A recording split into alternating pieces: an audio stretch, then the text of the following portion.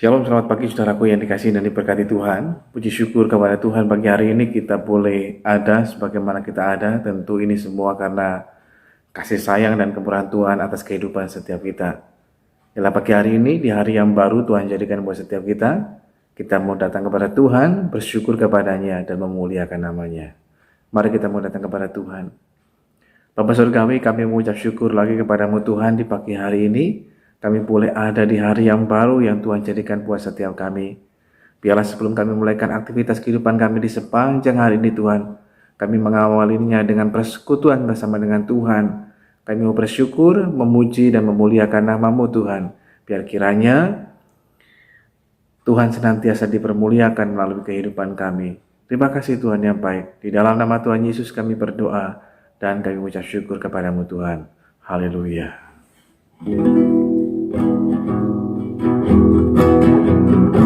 Terima kasih Tuhan Yesus. Terima kasih Tuhan. Kami bersyukur kepadamu Tuhan.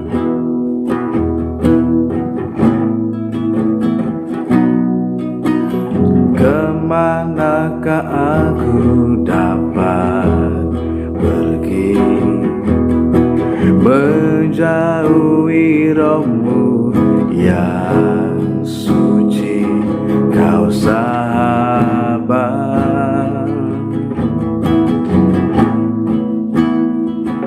dan Kau dekat.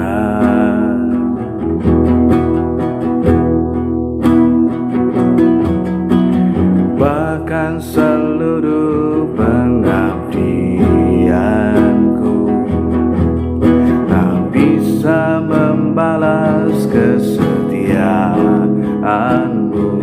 Sungguh mulia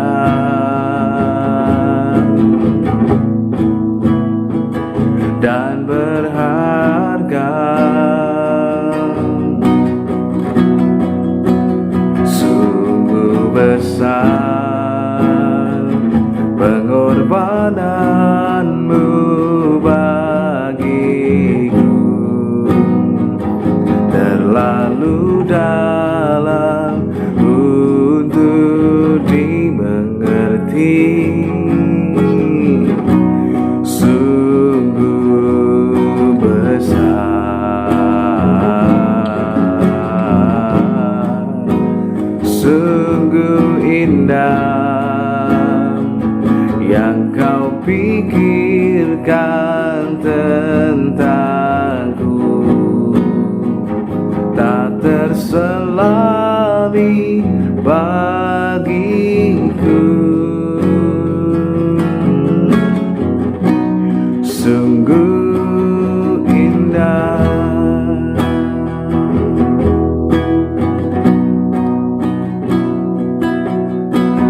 Kemanakah aku dapat pergi, menjauhi roh-Mu yang suci, Kau sahabat,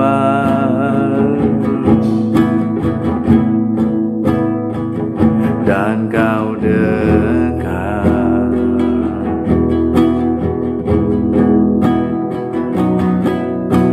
Bahkan seluruh pengabdianku tak bisa membalas kesetiaan-Mu. Sungguh mulia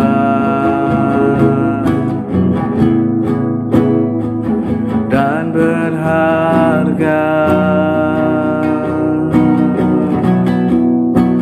sungguh besar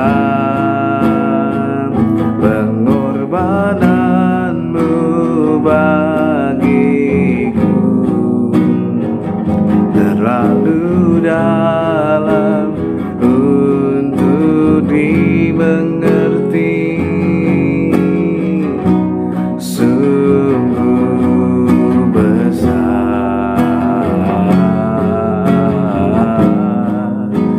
sungguh indah yang Kau pikirkan tentangku, tak terselami bagiku.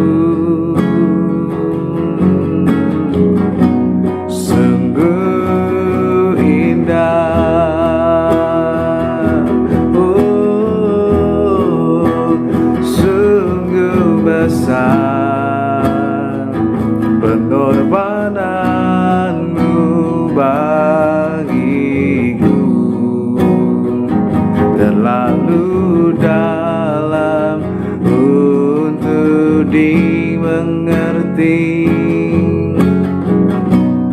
Sungguh besar, sungguh indah yang kau pikirkan tentangku, tak terselami bagiku. Sungguh indah, oh, sungguh indah, sungguh indah kau Tuhan, sungguh indah.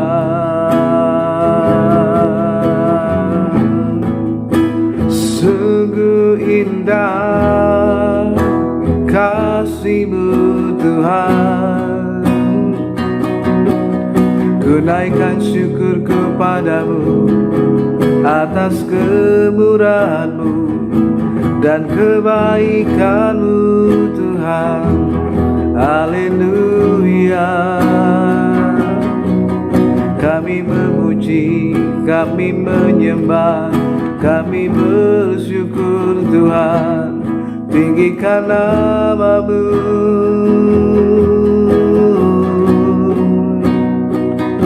Sungguh besar pengorbanan-Mu,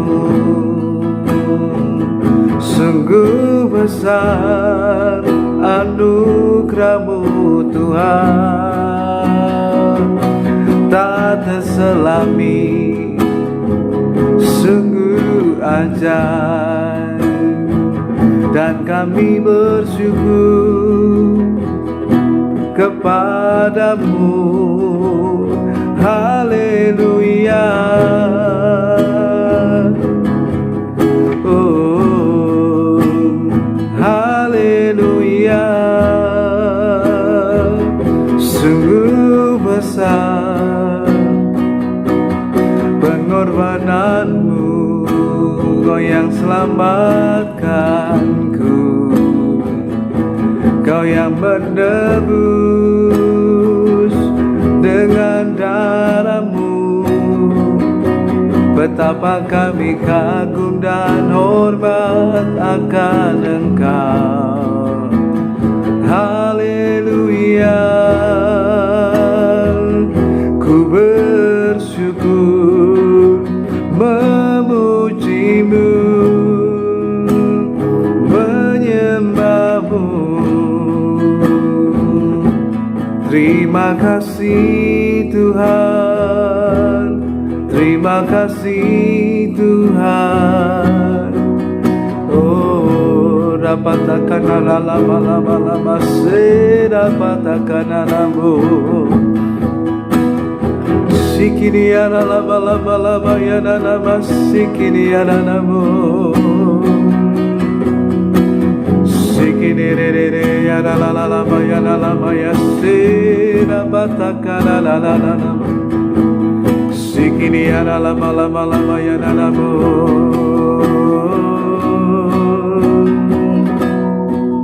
Ku bersyukur, ku menyembah-Mu. Terima kasih Tuhan, terima kasih Roh Kudus. Haleluya.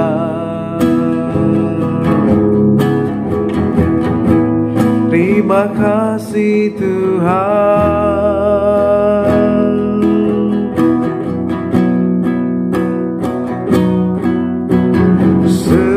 Sepasi mentari bersinar, begitu pun janji-Mu. Dalam segala perkara Engkau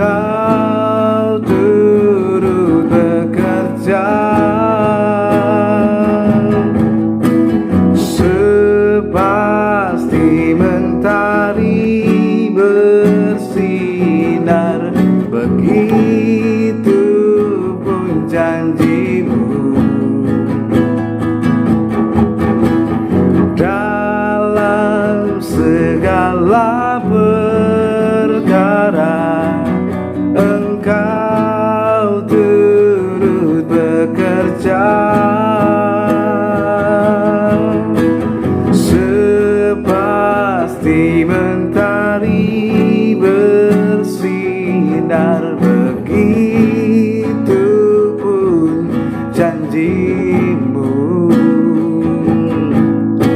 Dalam segala perkara Engkau turut bekerja.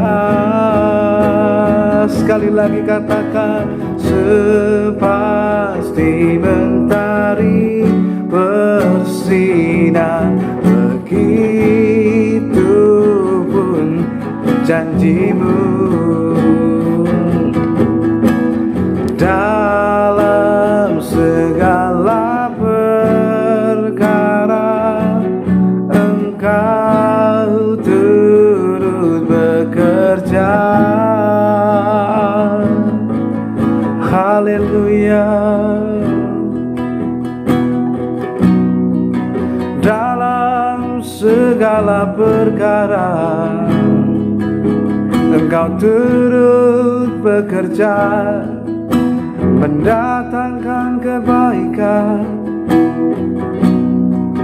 Ku bersyukur padamu Tuhan,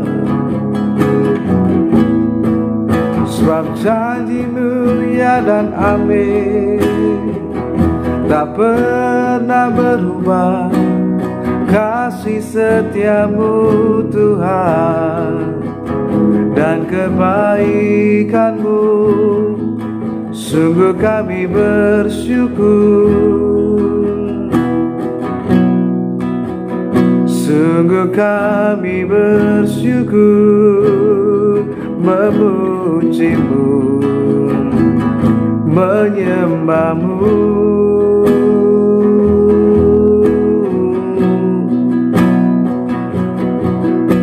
Kenaikan pujian bagimu Tuhan. Haleluya. Terima kasih. Ku bersyukur Tuhan, ku bersyukur Tuhan, buat kasih-Mu, anugerah-Mu dalam hidupku. Terima kasih. Sepasti mentari bersinar, begitu pun janjimu. Dalam segala perkara Engkau turut bekerja. Oh, sepasti mentari bersinar, begitu pun janjimu. Dalam segala perkara Engkau turut bekerja.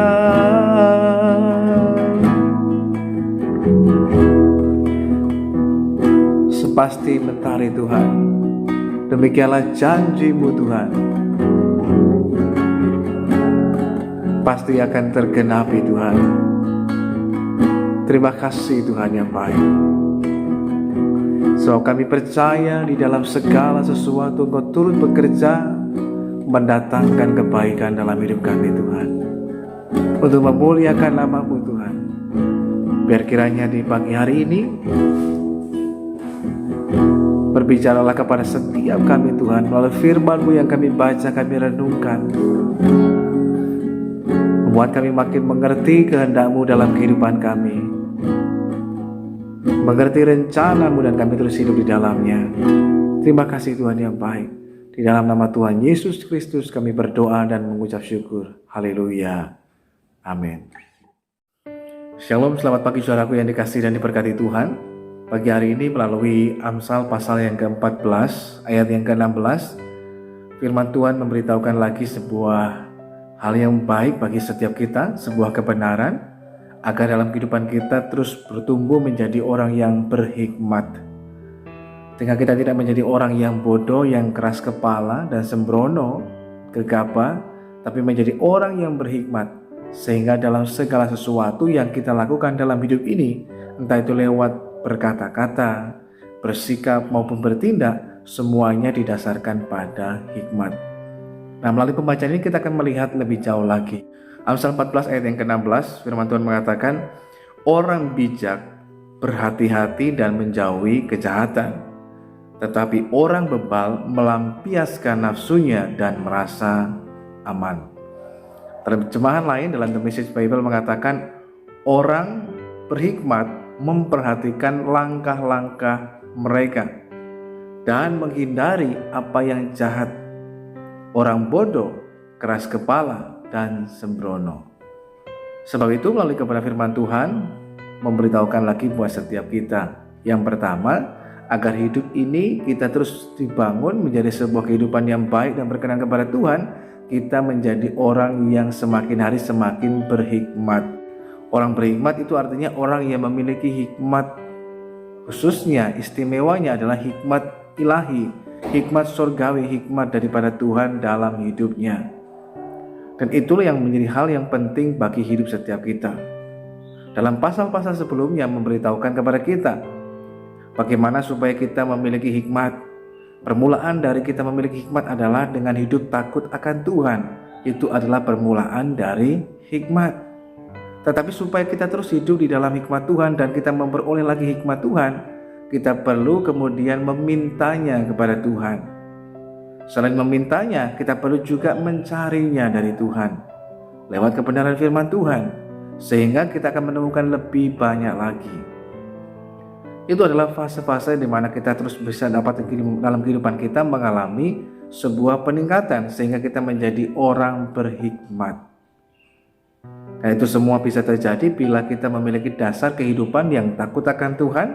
Kemudian dalam hidup ini kita belajar untuk menerima hikmat daripada Tuhan, dan kedua juga kita belajar untuk meminta hikmat.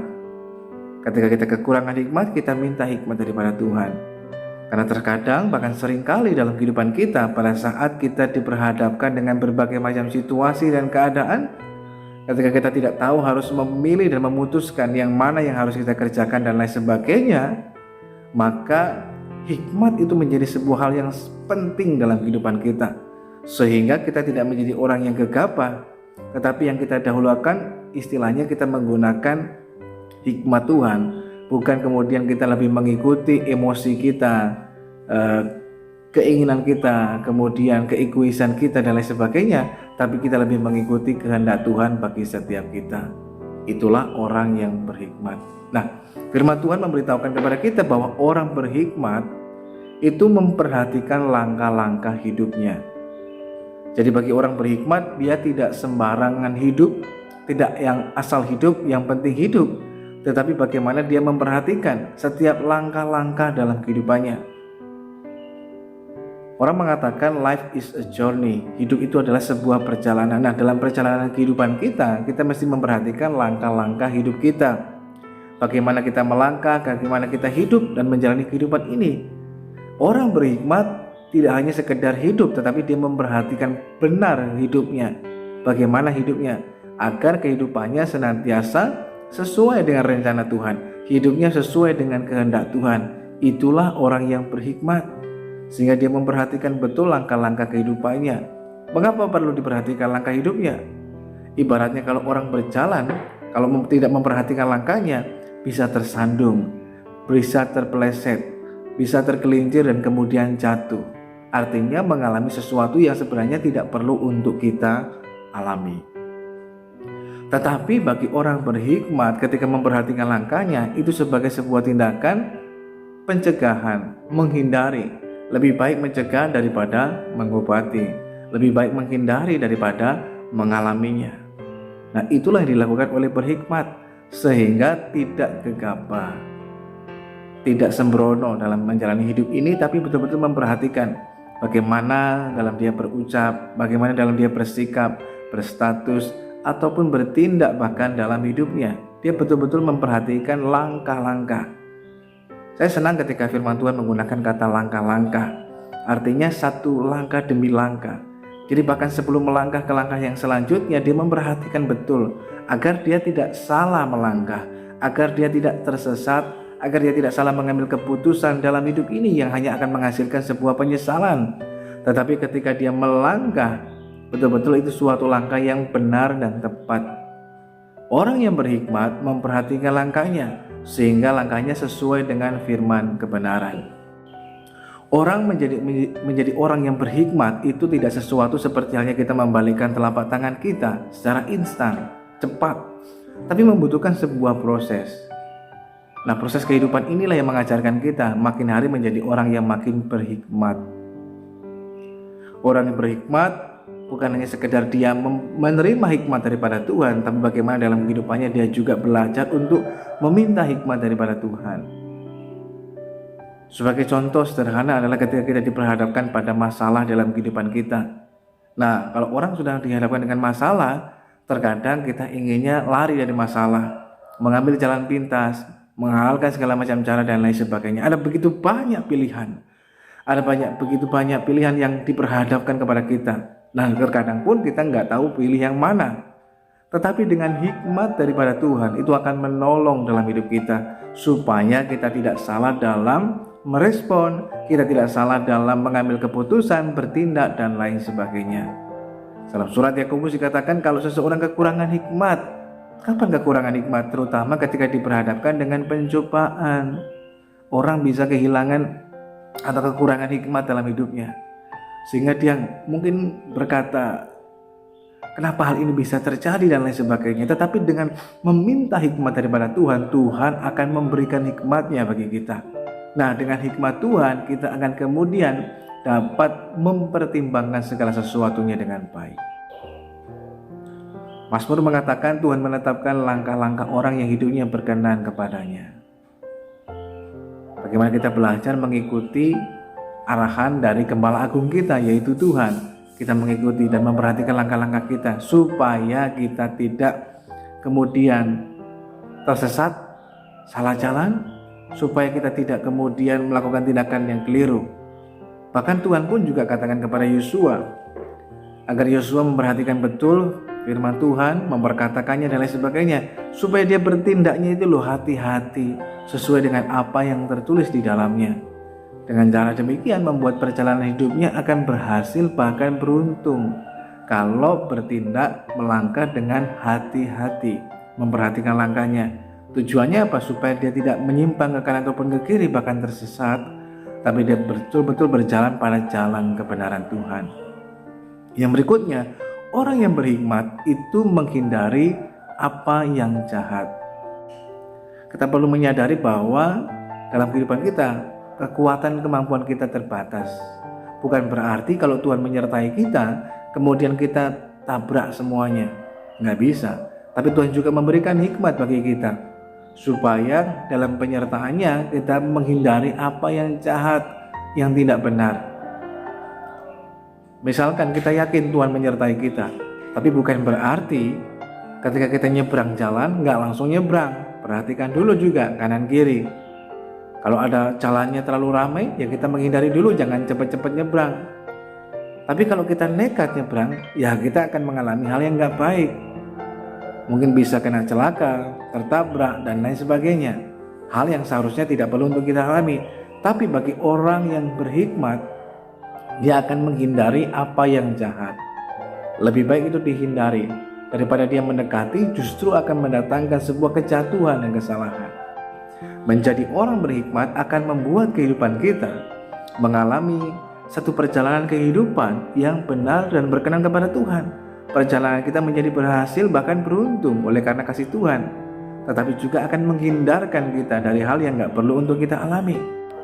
Menghindari yang jahat itu artinya kita mencegah, seperti sedia payung sebelum hujan, sehingga ketika sesuatu terjadi kita akan tetap aman dan terlindung.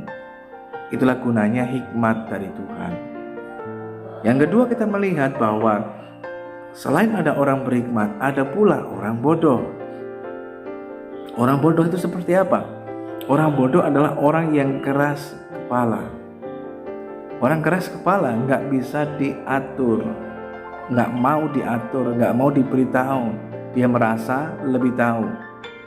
Orang yang keras kepala tidak bisa ditegur, justru dia balik menegur. Kenapa? Dia merasa jauh lebih baik dan lain sebagainya. Nah, orang bodoh adalah orang yang keras kepala, nggak mau diajar, nggak bisa diajar karena nggak mau belajar. Jadi orang bodoh di sini yang dimaksudkan adalah bukan karena orang tersebut tidak terpelajar atau tidak memiliki titel tertentu, tapi karena orangnya tidak mau belajar, nggak mau diajar. Ini orang keras kepala. Diberitahu berkali-kali, ya nggak mau terima. Namanya keras kepala. Dia lebih cenderung berkeras dengan pendiriannya sendiri, dengan pengertiannya sendiri, bahkan dengan kedangkalannya sendiri, dengan kepicikannya sendiri. Itulah orang yang bodoh. Sehingga sudah diberitahu ya dia nggak mau tahu. Akhirnya apa yang terjadi? Hal itu membawanya pada hal yang menyesatkan, yang keliru, yang salah. Oleh karenanya jangan jadi orang bodoh, orang yang keras kepala. Nggak bisa ditegur, nggak bisa dinasehati, nggak bisa diarahkan, nggak mau diajar. Itulah orang bodoh, orang yang keras kepala. Sudah diberitahu berkali-kali tapi tidak mau bertobat. Itulah orang yang keras kepala. Salah satu contoh orang keras kepala siapa? Saul. Saul melakukan beberapa kali kesalahan dalam hidupnya dan Tuhan memberikan kesempatan. Tuhan menegur dan mengingatkan Saul lewat Nabi Samuel. Diingatkan berkali-kali, tetapi dia tetap keras kepala. Dia tidak mengakui kesalahannya, dia mengkambing hitamkan segala sesuatu dan tidak mau menerima teguran itu karena keras kepala. Keras kepala membuatnya menjadi keras hati. Nah, kalau orang sudah keras hati, dia nggak bisa terima. Seperti halnya benih firman Tuhan yang ditaburkan, itu tidak bisa bertumbuh dengan baik kalau di tanah yang keras seperti pinggir jalan atau tanah yang berbatu. Sekalipun mungkin ditaburkan benih itu, kalau hanya bertumbuh sebentar dan kemudian layu dan mati. Sehingga tidak mengherankan hidupnya tidak ada perubahan sama sekali. Kenapa bisa terjadi? Karena keras kepala. Keras kepala membuat kemudian kita menjadi keras hati. Nah, itulah yang membuat kehidupan kita nggak mau menerima kebenaran Tuhan, nggak mau diajar, nggak mau diberitahu, dan nggak bisa, sehingga menjadikannya orang bodoh. Sekalipun orang memberitahu, hati-hati di depan anak ini, saya sudah tahu. Itulah orang bodoh, dia nggak mau tahu. Akhirnya dia mungkin terjerumus, jatuh dalam dosa, mengalami kegagalan dan lain sebagainya. Kenapa? Kadang-kala karena keras kepala. Pagi hari ini jangan jadi orang yang keras kepala. Hati-hati, keras kepala membuat kita bisa jadi keras hati. Keras hati membuat kita menjadi orang yang kemudian mengalami hal yang tidak perlu untuk kita alami. Seperti halnya bagaimana dengan kehidupan orang Israel. Ketika dia keras kepala, tegar tengkuk, membuat mereka apa yang terjadi? Mereka mati di padang gurun karena keras kepala. Nggak bisa ditegur, nggak bisa dikasih tahu.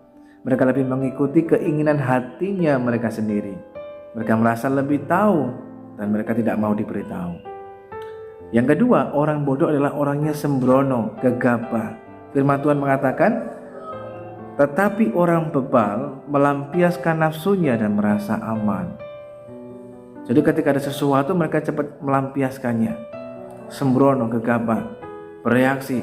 Yang penting saya lega, nggak peduli kalau nanti di belakangnya itu bisa menimbulkan sesuatu hal yang lain, dampak yang lain, bahkan bisa membawa kita mungkin mengalami kasus hukum dan lain sebagainya, atau mendatangkan kerugian bagi orang lain atau bagi diri sendiri. Dia nggak peduli, yang penting keinginannya, nafsunya, atau kemudian emosinya terlampiaskan. Nah, ini hati-hati orang yang sembrono. Dia asal mengucapkan, mungkin memaki orang, mungkin melakukan segala sesuatu yang nggak benar dan lain sebagainya. Sembrono, sembarangan, nggak berpikir panjang. Itu adalah orang bodoh. Nah, ketidakpikiran panjang itulah yang kemudian membawanya pada hal yang kemudian membawa pada kehidupan yang salah dan keliru, mengalami masalah yang tidak perlu untuk dialami, bahkan dosa yang sebenarnya tidak perlu untuk dialami dalam hidupnya. Kalau jadi orang yang bodoh, keras kepala, sembrono. Tapi orang berhikmat dia hati-hati, dia nggak sembrono, dia lebih baik menghindari. Kalau orang bodoh, orangnya inginnya cepat, padahal itu hanya melampiaskan hawa nafsunya, sembrono, gegabah, ceroboh, tapi kemudian menghasilkan sesuatu yang tidak baik. Tapi dalam hidup kita, mari jadilah orang berhikmat, berhati-hati dengan memperhatikan langkah-langkah hidup kita, dan kita menghindari apa yang jahat. Jangan jadi orang yang bodoh, keras kepala yang mengakibatkan menjadi keras hati, apalagi kemudian menjadi orang yang sembrono, sembarangan. Itu akan membawa kita pada kesulitan yang tidak perlu untuk kita alami. Tapi dengan menjadi orang yang berhikmat, membuat kita mengalami kebaikan dan rahmat daripada Tuhan. Mari kita berdoa. Bapa, kami mengucap syukur kepadamu Tuhan bagi hari ini, buat firman kebenaran yang telah kami dengar, memberitahukan lagi sebuah hal yang baik dalam hidup ini agar kami terus belajar menjadi orang yang berhikmat. Oleh karena itu Tuhan, kami pagi hari ini meminta hikmat daripada Tuhan. Kiranya Tuhan memberikan hikmat-Mu atas kami semuanya, agar ketika kami menjalani hidup ini dalam langkah-langkah hidup kami terus senantiasa berhati-hati, kami senantiasa memperhatikan langkah hidup kami, supaya kami tidak tersesat, supaya kami tidak salah langkah dan mengambil keputusan yang keliru, tetapi kami menjadi orang yang memperhatikan kehidupan kami dengan baik, sehingga itu akan menghindarkan kami dari mengalami hal yang tidak perlu untuk kami alami. Roh-Mu yang kudus terus menuntun dan menolong kami, memberikan hikmat dalam hidup ini, supaya kami dapat mengerti rencana-Mu dan kehendak-Mu dalam hidup setiap kami. Pagi hari ini memberkati kalau di antara kami ada yang mengalami sakit penyakit kelemahan tubuh, baik yang mungkin dirawat di rumah sakit ataupun di rumah masing-masing, kami bermohon kepadamu Tuhan. Tuhan menyatakan kesembuhan, pemulihan atas kehidupan kami semuanya, sehingga yang sakit disembuhkan di dalam nama Tuhan Yesus. Demikian juga Tuhan, setiap kami mengalami pergumulan dan masalah dalam hidup, mungkin masalah dalam rumah tangga keluarga kami, mungkin masalah dalam usaha pekerjaan, dalam pendidikan dan lain sebagainya, kami permohon kepada Tuhan, Tuhan memberikan hikmat, kekuatan, tapi juga jalan keluar, sehingga setiap kami dapat melewatinya dengan segala baik, bukan dengan kekuatan kami, tapi dengan pertolongan daripada Tuhan. Dan menyerahkan hidup kami sepanjang hari ini juga dalam tangan Tuhan. Kalau sebentar selesai doa ini, kami akan melanjutkan kembali aktivitas kehidupan kami. Tuhan kiranya memberikan kepada kami ada hikmat yang baru. Tuhan menambahkan hikmat daripada-Mu, Tuhan, hikmat surgawi, hikmat ilahi daripada Tuhan. Tapi juga Tuhan memberikan kepada kami ada kekuatan, kesehatan, untuk kami dapat tetap menjalani kehidupan ini dengan penuh sukacita iman di dalam Tuhan.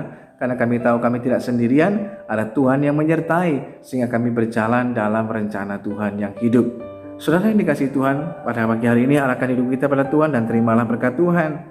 Bila kiranya pagi hari ini turunlah atas saudara sekalian berkat damai sejahtera dari Allah Bapa, kasih karunia dari Yesus Kristus Tuhan, persekutuan pertolongan Roh Kudus akan terus menolong dan menyertai setiap kita. Tuhan memberkati engkau dan melindungi engkau.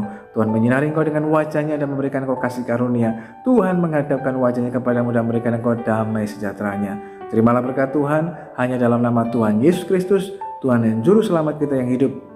Mulai saat ini bahkan sampai Maranatha, Tuhan datang pada kali yang kedua menjemput kita gerejanya.